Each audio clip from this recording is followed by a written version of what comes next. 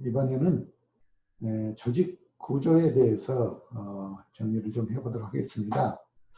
여기에서는 조직 구조에 대한 개념과 더불어서 조직 구조를 결정하는 요소를 좀 알아보도록 하겠고요. 그리고 조직 구조를 수립하는 데 있어서 기본적으로 우리가 생각해야 되는 원칙이 있는데 이런 원칙에 대해서도 좀 정리를 해볼까 합니다. 그리고 우리가 조직 구조이 구조 유형이 여러 가지 형태의 유형들이 있습니다. 또 가장 적절한 환경이 가장 적절한 유형이 어떤 유형인데 정리를 좀 하려고 합니다. 그리고 우리가 조직 구조 형태는 계층적 조직 구조와 직능적 조직 구조로 크게 나누는데 이 특징들 그리고 각각의 장단점들에 대해서도 정리를 해보도록 하겠습니다. 조직 구조의 개념에 대해서 알아보죠. 조직에는 많은 조직 구성원들이 있고 또 조직의 목표를 제대로 달성을 하려고 하면은 이들 구성원들 간의 관계를 체계화시키는 것이 중요하다라고 볼 수가 있겠습니다. 이와 같이 구성원들 간의 체계를 만들어 나가는 그런 과정에서 조직 구조가 형성이 되게 되고 또 이러한 조직 구조에 따라서 전체 조직체의 성과도 영향을 받게 된다고 볼 수가 있을 것 같습니다. 이런 관점에서 조직 구조란 조직 구성원들의 유형화된 상호작용이 어떻게 일어나고 있는지 또 거기에 일반적으로 어떤 기반을 가지고 조직을 구성해야 되는지에 대해서 정리를 해보도록 하죠. 구조적인 관점에서 크게 6가지의 기본적인 가정을 기반으로 하고 있다고 우리가 보고 있습니다. 우리가 조직을 구성하는 데 있어서는 기본적으로 이러한 가정이 전제가 된다고 하는 거죠. 첫 번째, 조직은 목표를 달성하기 위해서 존속한다라고 하는 것이죠. 그리고 두 번째로, 모든 조직의 구조 형태는 그 조직의 특수한 상황, 여기서 특수한 상황이라는 것은 조직의 목표라든지 전략이라든지 또는 환경, 기술 및 인적 요소들 이런 것들에 대한 상황에 적합하도록 조직 구조가 설계되거나 운영되어진다라고 하는 게 전제 조건이죠. 세 번째로는 환경 변화나 또 인적 요소의 특성을 합리주의적 규범이 통제할 수 있을 때 조직은 가장 효과적으로 기능을 할 수 있다라고 이렇게 보고 있습니다. 또 조직은 전문화된 그런 조직 구성원으로서 또 전문성을 높여주고 성과 달성을 촉진시키는 그런 역할을 조직은 하게 된다라고 하는 거죠. 또 조정과 통제는 조직의 유효성 또 달성을 위해서 매우 필요한 그런 요소다라고 볼 수가 있겠습니다. 조직의 문제들은 부적절한 구조나 또 부적합한 그런 체계에서 발생하기 때문에 따라서 이런 문제들을 조직의 재구조화나 또는 새로운 시스템의 개발에 의해서 해결해 간다라고 이렇게 보고 있습니다.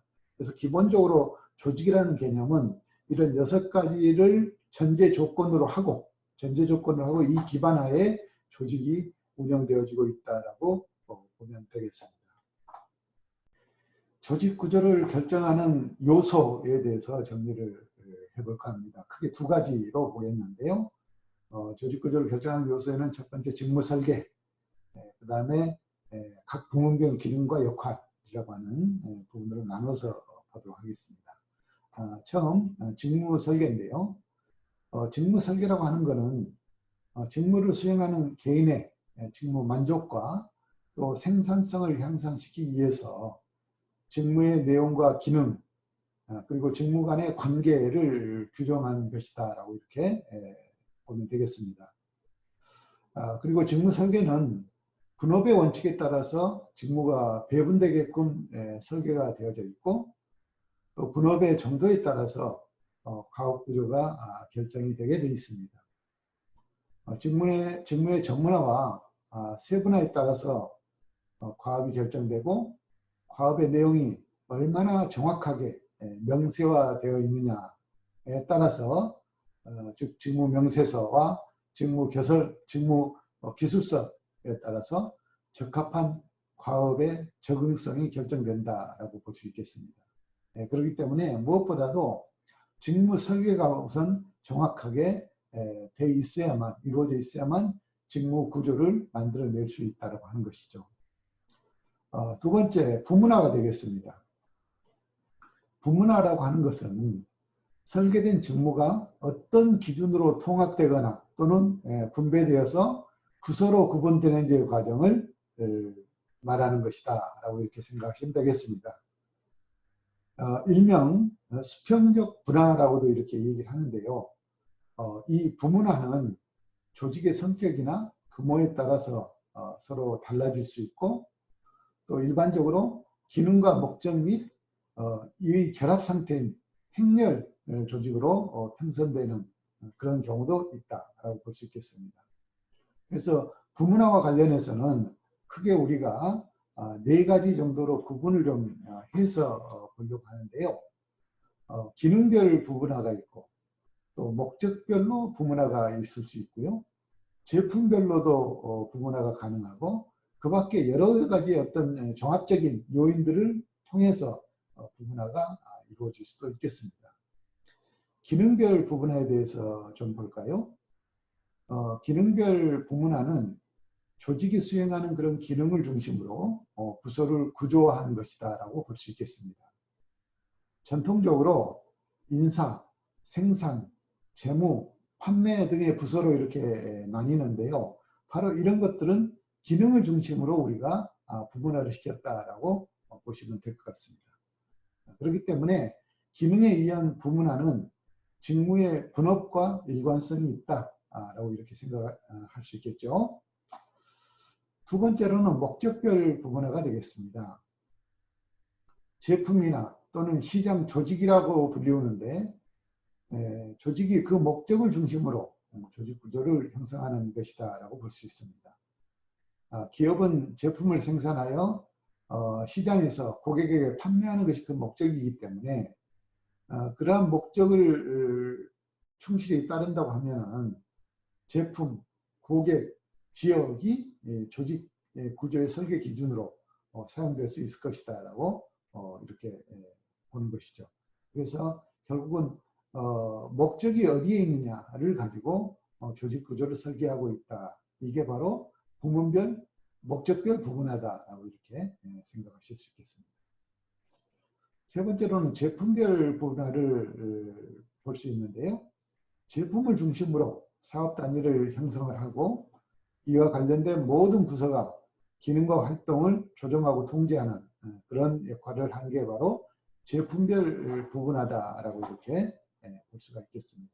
그래서 제품에 따라서 무슨 뭐 가전사업부, 통신사업부 뭐 이렇게 제품의 성격에 따라서 부분화시키는 이런 예를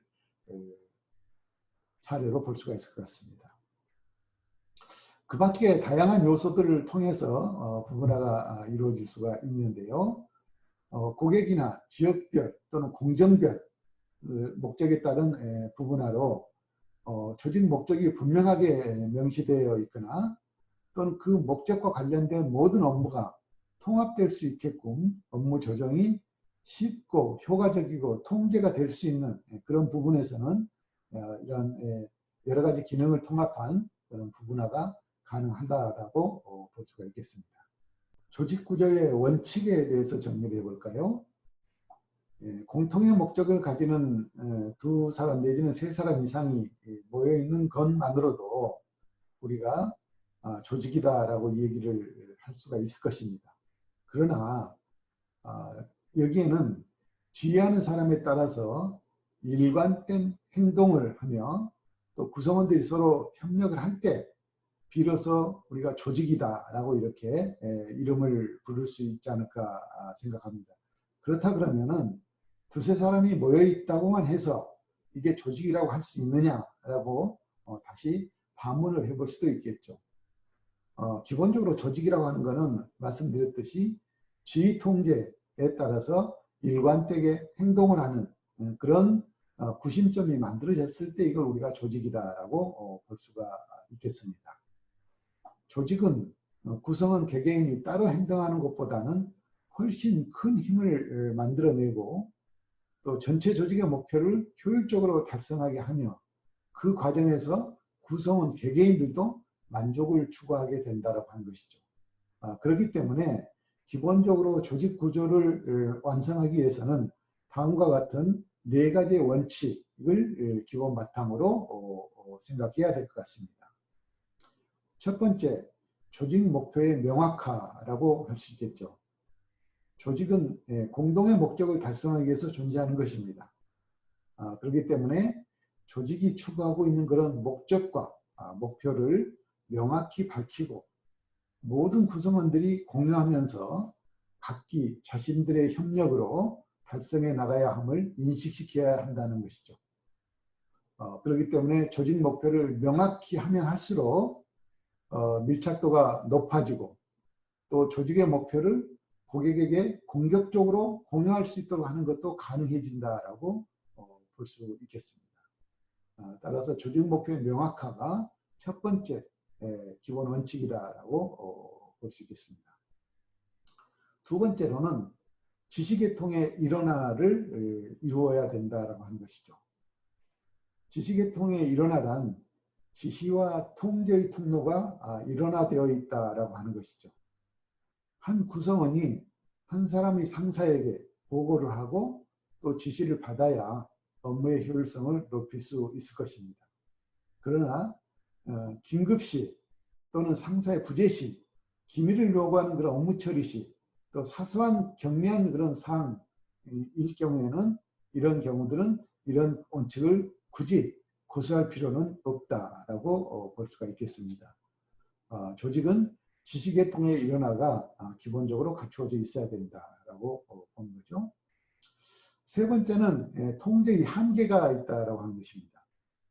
한 사람의 지휘자 또는 관리자가 관할하고 지휘할 수 있는 인원의 수는 제한되어져 있다라고 하는 것이죠. 바로 이게 통제의 한계다라고 얘기할 수 있겠습니다. 이 원칙에 따르면 인적 규모가 커지면 커질수록 또 계층이 다양하면 다양해질수록 지휘와 통제의 범위는 멀어진다라고 하는 것입니다. 그렇기 때문에 통제의 한계 범위 안에서 조직의 구조가 만들어지고 운영되어지는 게 바람직하다라고 볼 수 있겠습니다.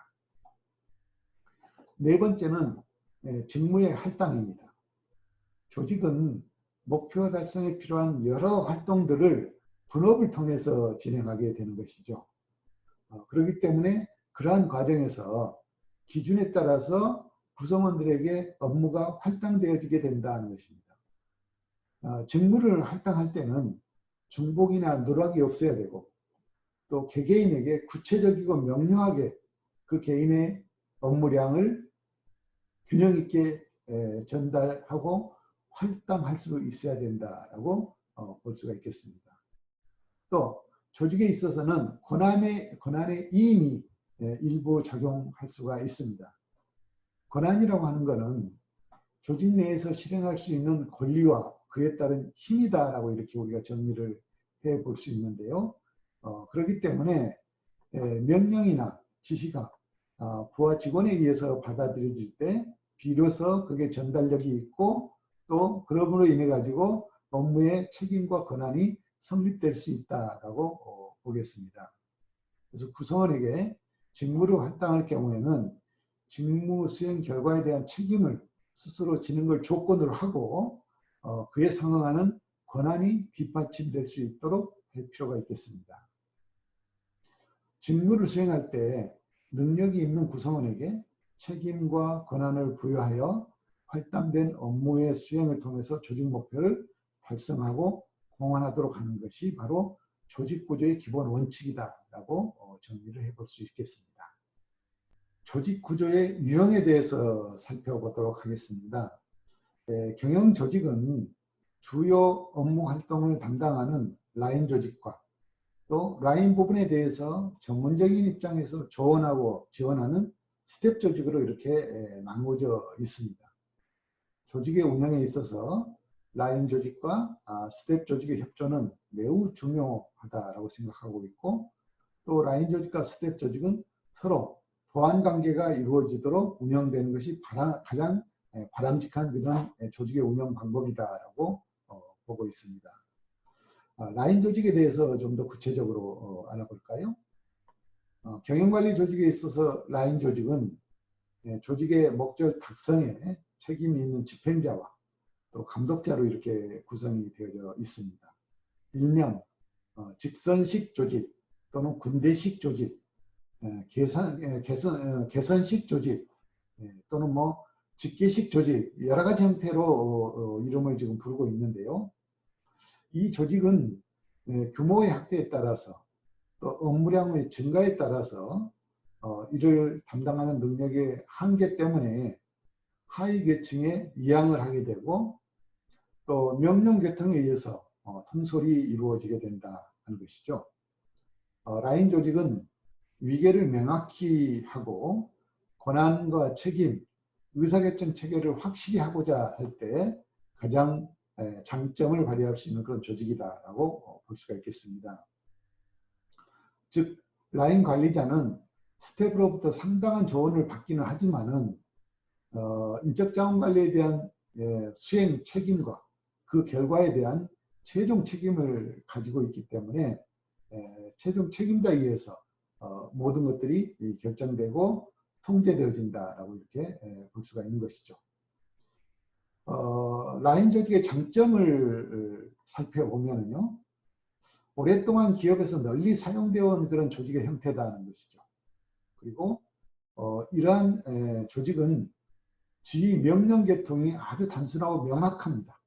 그렇기 때문에 지휘 명령의 일원성이 바로 기본 원칙으로 관철되는 그런 단일 관리 조직이다라고 이렇게 볼 수가 있겠습니다.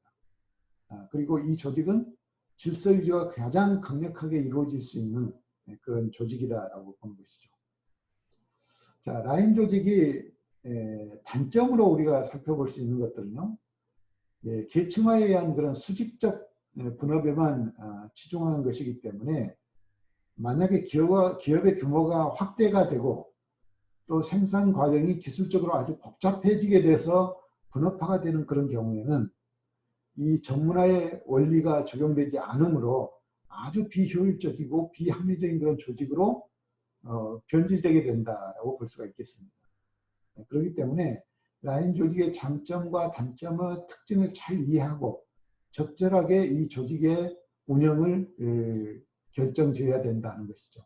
그래서 주로 소규모의 그런 기업들이나 또는 일사불란하게 의사결정을 이루고 지휘 계통에 따라서 움직여야 되는 그런 조직에서는 가장 바람직한 그런 조직의 형태로서 라인 조직을 이해할 수가 있겠습니다. 스텝 조직에 대해서 알아보도록 하겠습니다.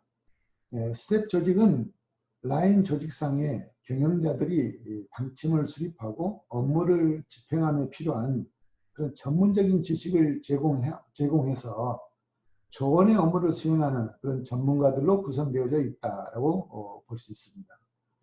이러한 조직은 질적으로 고대화되면 될수록 아주 특수한 그런 기술적, 전문적 지식, 또 경영상에 필요한 정보, 사업의 타당성 조사 분석 등과 관련된 이런 것들을 라인으로부터 보고를 받고 조언이나 권고하는 그런 활동들이 더욱 필요하게 될 때 바로 이러한 스텝 조직들이 크게 역할을 할 수 있다라고 보는 것이죠. 그래서 스텝 조직은 크게 일반 스텝, 전문 스텝, 서비스 스텝으로 이렇게 나누어 볼 수가 있습니다. 각각의 스텝의 특징들에 대해서 정리를 해보도록 하겠습니다. 일반 스텝은 최고 관리자의 인사방침 결정을 위해서 체계적 연구를 통한 자료 제공이나 또는 입안, 심의 등을 하고, 방침이 결정된 뒤에는 부문 간의 조정을 시행함으로써 실시 계획을 구체화함은 물론이고 최고 관리층을 보좌하는 그러한 기능별 인사 담당이 바로 여기에 속한다라고 볼 수가 있겠습니다. 이들은 주로 계획하고 통제하는 등의 그런 관리 기능을 주로 수행한다라고 보시면 되겠습니다. 전문 스텝입니다. 전문 스텝은 각 부분의 라인에 대해서 전문가로서 조언을 하고요. 또 필요에 따라서는 대행 권한까지도 행사함으로써 실시 과정에서 추진력을 행사하기도 한다는 것이죠. 그렇지만은 이런 것들을 과잉 행사를 했을 경우에는 스텝으로서의 자기 규제성을 상실하게 되기 때문에 이런 점들 항상 염두에 두고 있어야 된다고 보겠습니다. 따라서 전문 스텝은 직무분석 전문가, 또 직무평가 전문가 등 보다 세분화된 그런 기능적 전문인들이 여기에 속하고, 또 인사관리 스텝으로서는 가장 중추적인 그런 역할을 맡고 있는 조직이 바로 전문 스텝이다라고 보실 수 있겠습니다. 서비스 스텝은 전문성보다는 기록의 보존이나 또 급여, 모집, 채용, 안전위생, 복리후생, 교육훈련 등 인사관리와 관련된 여러 가지 일들을 맡는 것을 서비스 스텝이다라고 보실 수 있겠습니다. 우리나라의 경우에 인사 스텝은 전문 스텝이라기보다는 오히려 서비스 스텝에 더 가깝지 않느냐라고 이렇게 볼 수 있겠죠. 조직 규모가 확대되고 기술적, 경제적, 사회적 환경 변화가 아주 빠르게 일어나고 있는데, 여기에 대처하기 위해서는 이러한 다원적인 관리 문화를 가지고 또 역량을 가지고 있는 서비스 스텝 기능들이 훨씬 더 강화되고 이들의 역할이 크게 요구되어지고 있는 그런 시점이다라고 볼 수가 있겠습니다. 계층적 조직과 직능적 조직에 대해서 정리를 해보도록 하겠습니다. 계층적 조직은 종적으로 또 수직적으로 조직되어져 있다라고 보는 것이죠. 조직은 생산활동을 함에 있어서 권한의 이양에 따라서 상하의 관계가 성립되고 또 명령을 주고받는 그런 관계가 성립되고 있습니다. 그렇기 때문에 영향을 주고받는 관계가 자연스럽게 만들어지는 것이죠. 그래서 바로 이런 것들이 계층적 조직이다라고 볼 수가 있겠습니다. 계층적 조직에서 경영자는 조직 내에 그들의 역할과 위치 그리고 수준에 따라서 구분이 되는데요. 그들의 역할이 조직의 전반적이고 기본적인 어떤 전략적 의사결정을 담당하고 있고, 또 최고 경영층이라고 할 수 있는 이런 사람들은 조직의 관리적 내용을 담당하면서 기본적으로 의사결정을 하는 그런 계층에 있는 사람들이다. 그렇기 때문에 이러한 계층적 조직은 수직적 조직에 의해서 상하 간의 관계를 일목요연하게 정립하는 그런 관점에서 특징을 가지고 있다라고 볼 수 있겠습니다. 직능적 조직은 한 사람이나 소수 집단의 사람에 의해서 취급할 수 있는 일은 넘어서 조직을 만들게 되는 걸 바로 직능적 조직이다라고 이렇게 얘기할 수 있겠습니다. 이 직능적 조직은 인적 자원, 또 재무, 생산 및 운영, 판매 및 기술과 같은 주요 직능을 구분으로 해서 직능을 형태로 해서 직무의 1차적 분할을 낳게 한다라고 보는 것입니다. 그래서 직능적 조직에서는 일반적인 활동들이 서로 그룹화되어 있는 것들이 특징이죠. 그리고 그들의 활동은 계층적인 감독 또 관리 수단에 의해서 수직적으로 조정이 되고 있다고 보면 되겠습니다. 또 이러한 직능적 조직은 다른 부서와는 조정과 협조를 더욱 어렵게 만드는 그런 또 폐단도 있다는 것이죠. 그렇기 때문에 각각의 직능적 조직과 계층적 조직은 특성들이 있는데 그런 특성을 바탕으로 정리를 좀 해보도록 합니다. 우리가 대표적으로 계층적 조직 하면은요, 최고 경영층, 그 다음에 중간 경영층, 하부 경영층 이렇게 우리가 구분을 해볼 수가 있겠죠. 최고 경영층 같은 경우는 우리가 최고 경영자다라고도 이렇게 얘기를 하는데요. 한 조직의 전반적인 방향과 운영에 대해서 전략적 의사결정을 하고 책임을 지는 그런 사람이다 라고 이렇게 볼 수가 있겠습니다. 뭐 우리나라나 일본의 경우에는 보통 회사의 대표이사 또는 사장 이렇게 호칭을 하게 되죠. 또 중역으로 통칭되기도 합니다. 그래서 이 최고 경영층들은 그야말로 방향과 전략을 수립하고 의사결정을 하는 그런 계층이다라고 보실 수 있겠습니다. 중간 경영층은 최고 경영층의 경영 정책을 보다 상세하고 구체화시키고 또 세분화시켜서 직접 이게 시행될 수 있도록 이렇게 하는 역할을 하는 사람들이 바로 중간 경영층이다라고 이렇게 말씀드릴 수 있겠습니다. 이 계층에는 본부장이나 부장, 차장, 과장 등의 계층이 바로 여기에 해당되는 그런 경영층이다라고 볼 수가 있습니다. 네, 이들은 최고 경영층이 정한 전반적이고 포괄적인 그런 기본 방향과 또 목표, 방침을 실행 가능하게 구체적으로 이렇게 만들어서 하부 경영층에게 전달하고 관리하는 그런 역할을 담당하는 부분이 바로 중간 경영층이라고 보면 되겠습니다. 하부 경영층은 과장급 이하, 대리, 계장, 주임, 사원 등에 해당되는 계층을 우리가 하부 경영층이다라고 볼 수 있겠는데요. 이 계층은 각 조직의 중간 부서와 현장 부서의 위치에 있는, 그리고 여기에 속해서 실질적으로 많은 시간과 노력을 통해서 제품이 생산되고 실제 관리될 수 있도록 직접 감독도 하지만은 직접 생산에 참여하는 그런 계층이 바로 하부 경영층이다라고 볼 수가 있겠습니다. 직능적 조직에 대해서 알아볼까요? 우리가 일반적으로 직능적 조직 하면은 사업부재 조직이라든지 또는 매트릭스 조직이라든지 네트워크 조직 이런 조직들을 우리가 직능적 조직이다라고 이렇게 설명할 수 있겠습니다. 사업부재 조직은 기업 경영 활동의 일차적인 그런 단위적 분화에 의해서 제품별로 또는 지역별로 고객별로 분화되어 있다라고 이렇게 볼 수가 있겠습니다. 또 이들 사업부재 조직들은 독립채산제를 기본으로 하는 그런 자주적 경영 방침을 수립하고 있고 경영 조직에 의해서 움직여지고 있다라고 보실 수 있는 거죠. 사업부재 조직의 특징은 첫 번째로 기업의 인력과 자금 및 영업 활동에서 결정권을 갖는 독립채산제를 채택하고 있다고 하는 것이죠. 그리고 두 번째로는 사업부 단위가 이익, 비용, 투자 중심점의 관리 단위로 여겨진다는 것입니다.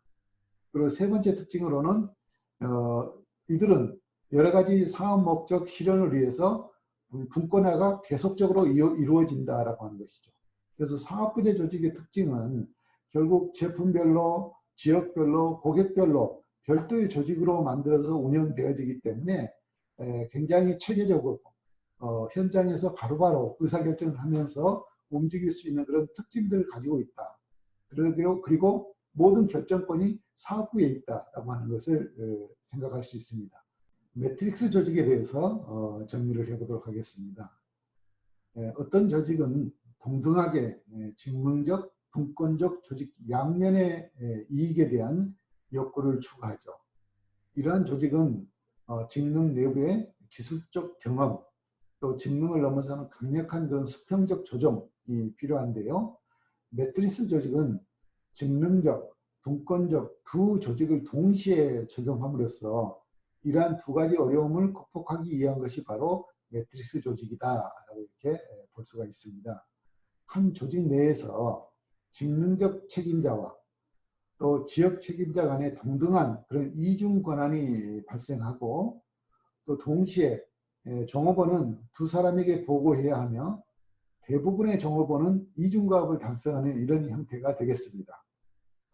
이러한 조직 형태를 보면은 매트리스 조직에서 필요한 그런 자원은 직능, 분권 조직으로 분화되어 있기 때문에 작업 일정 및 우선순위 형태로 또 자원을 배분을 두 가지 조건 사이에서 협상을 통해서 이루어진다라고 볼 수가 있겠습니다.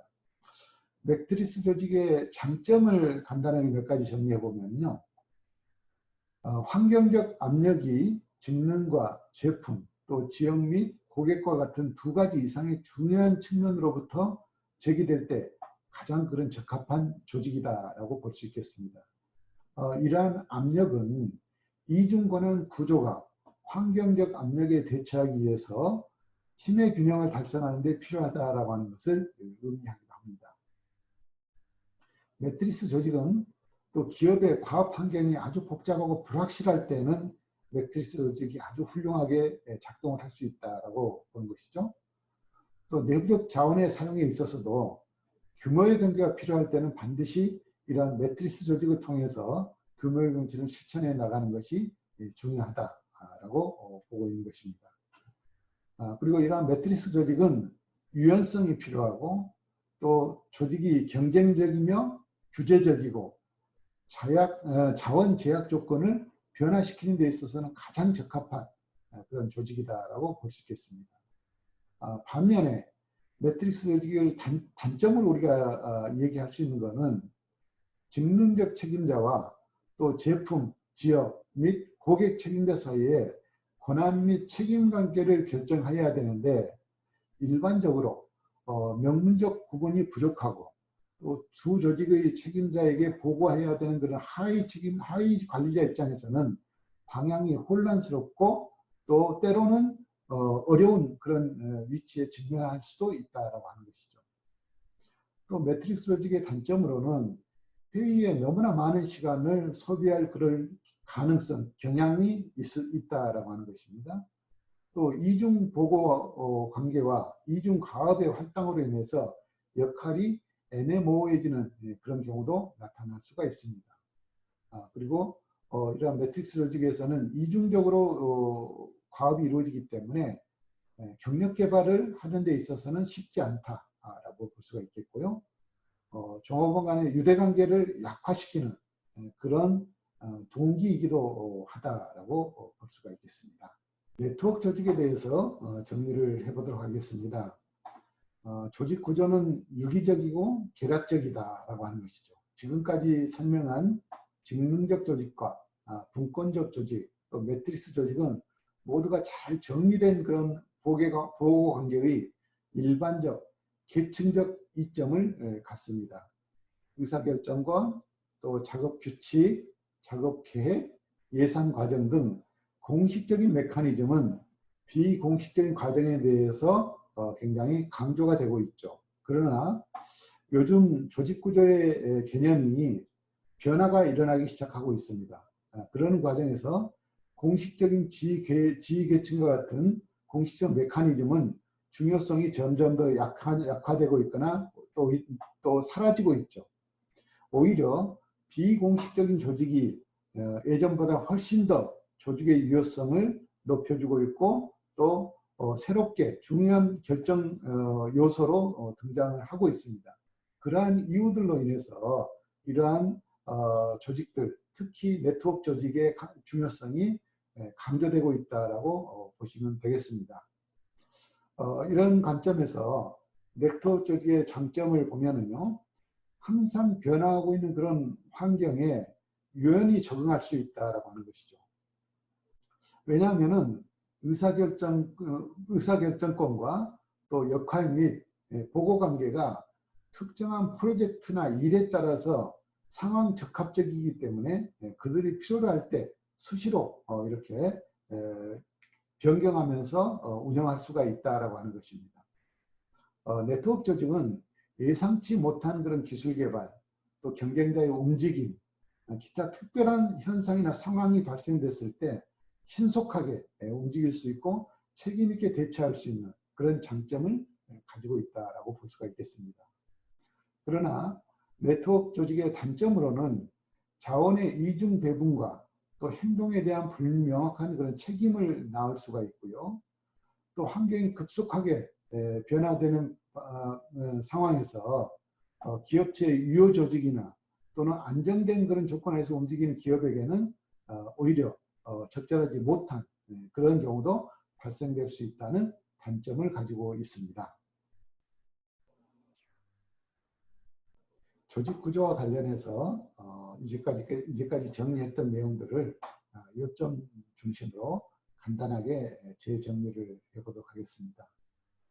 기본적으로 우리가 조직을 구조하는 데 있어서는 전제 조건, 기본적인 전제 조건을 가지고 조직을 구조한다라고 했습니다.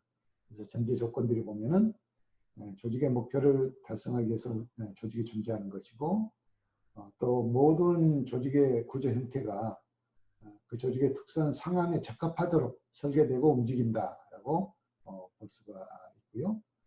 또 환경적이나 인적 요소의 특성을 합리주의적 구별에 따라서 통제하고 효과적으로 기능을 한다라는 전제 조건. 그리고 전문화는 조직 구성원의 전문성을 높여주며 성과 달성을 촉진시켜준다. 통제는 조직의 유효성을 달성하기 위해서 필요한 그런 요소다라고 하는 전제 조건을 바탕으로 우리가 조직을 설계한다라고 보았습니다. 조직 구조를 결정하는 요소를 크게 두 가지로 봤죠. 그래서 직무 설계와 부문화로 이렇게 정리를 해봤습니다.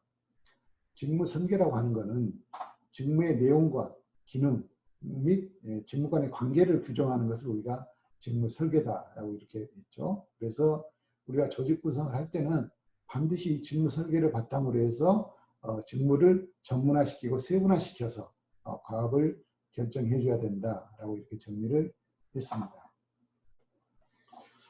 부분화와 관련해서는 기능적 부분화, 또 목적별 부분화, 제품별 부분화, 또 그 밖에 여러 가지 종합적인 부분화 이렇게 우리가 정리를 했었습니다.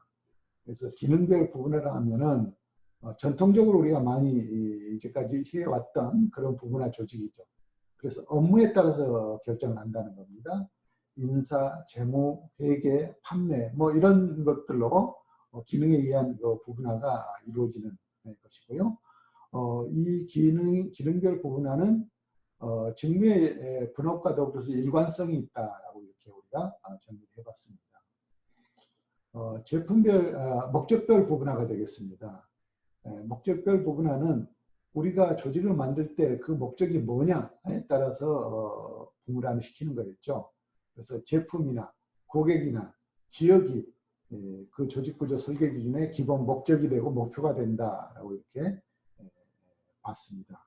그리고 제품별 부분화는 그야말로 시장에서 이루어지고 있는 제품을 중심으로 사업 단위가 형성되고 그와 관련해서 부서의 기능이 만들어지고 활용되어지는 것을 우리가 제품별 부분화다라고 이렇게 봤습니다. 그 이외에 다양한 개념들을 정리하고 그런 개념들이 목적이 분명하고 또 그 목적에 따라서 모든 업무가 통합되고 업무 조정이 쉽게 이루어진다, 또 효율성이 높아진다라고 하면은 바로 이런 다양한 부분화를 추가적으로 이룰 수 있다라고 정리를 했었습니다. 그 다음에 조직 구조를 만드는 데 있어서 기본적으로 원칙이 있다 하는 거겠죠. 조직 구조에 대한 기본 원칙을 정리를 해봤습니다. 조직이라고 하는 것은 일단 목표가 명확해야 된다.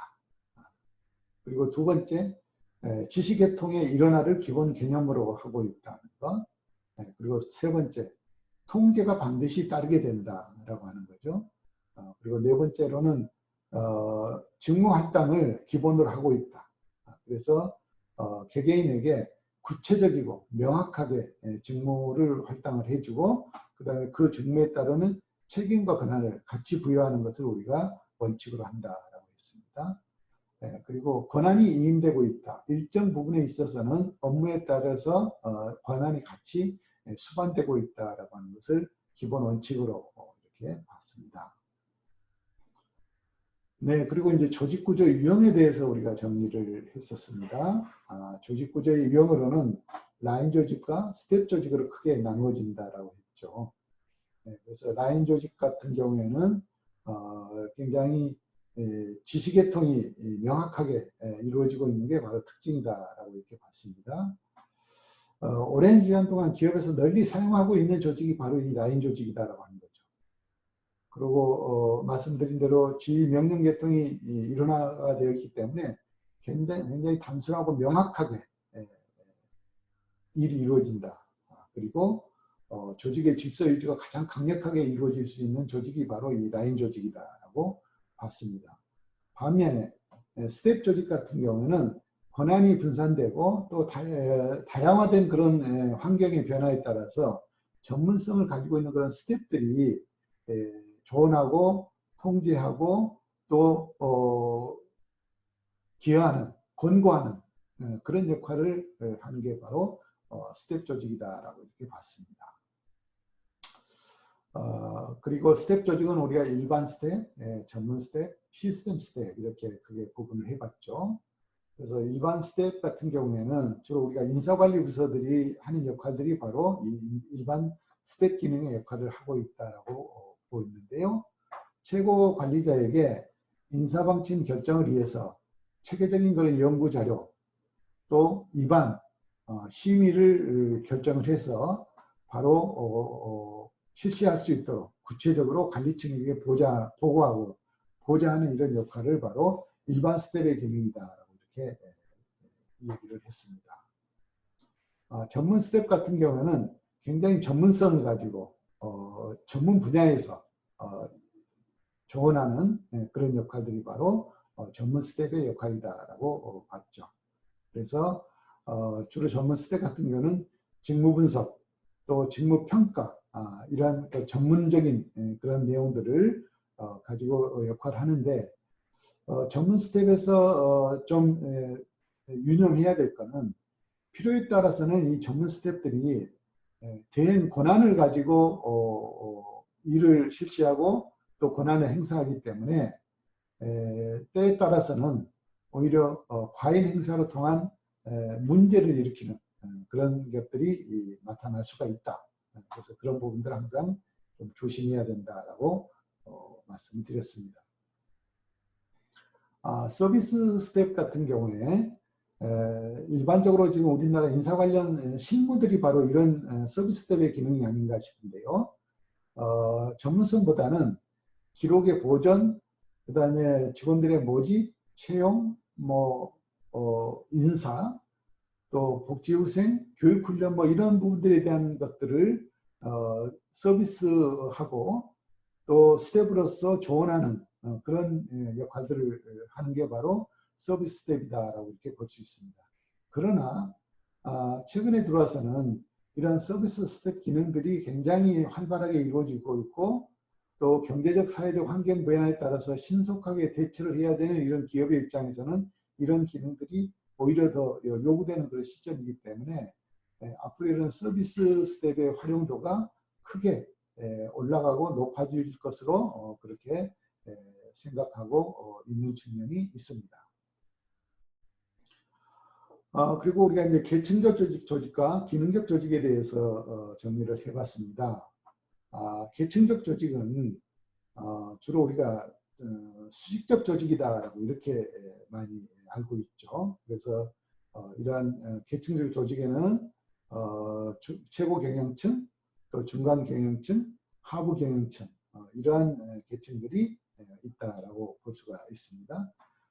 또 직능적 조직, 직능적 조직은 이게 여러 사람들이 동시에 그룹화되어서 활동하면서 거기서 각각의 어떤 역할을 수행하는 그런 수직적으로 조정을 받으면서 업무를 수행하는 게 직능적 조직이다라고 이렇게 봤습니다. 그래서 이런 직능적 조직은 다른 부서와 업무를 조절 협정하는 데 있어서 어려움을 겪을 수 있고 또 직능 간에 긴밀한 그런 정보 교환이 요구되어지는 그런 특징도 가지고 있다라고 볼 수가 있습니다. 그리고 직능적 조직은 고객 세분화 과정에서 일어나는 여러 가지 어떤 대응 과정들에 대해서 능동적으로 대처하기가 쉽지 않은 그런 특징을 가지고 있다라고 볼 수가 있는데요. 우리가 직능적 조직으로는 사업부대 조직이라든지 또는 매트릭스 조직, 네트워크 조직들을 얘기를 하고 있습니다. 사업부제 조직에 있어서는 최근에 이 사업부제 조직을 많이 하고 있는데요. 가장 큰 특징으로는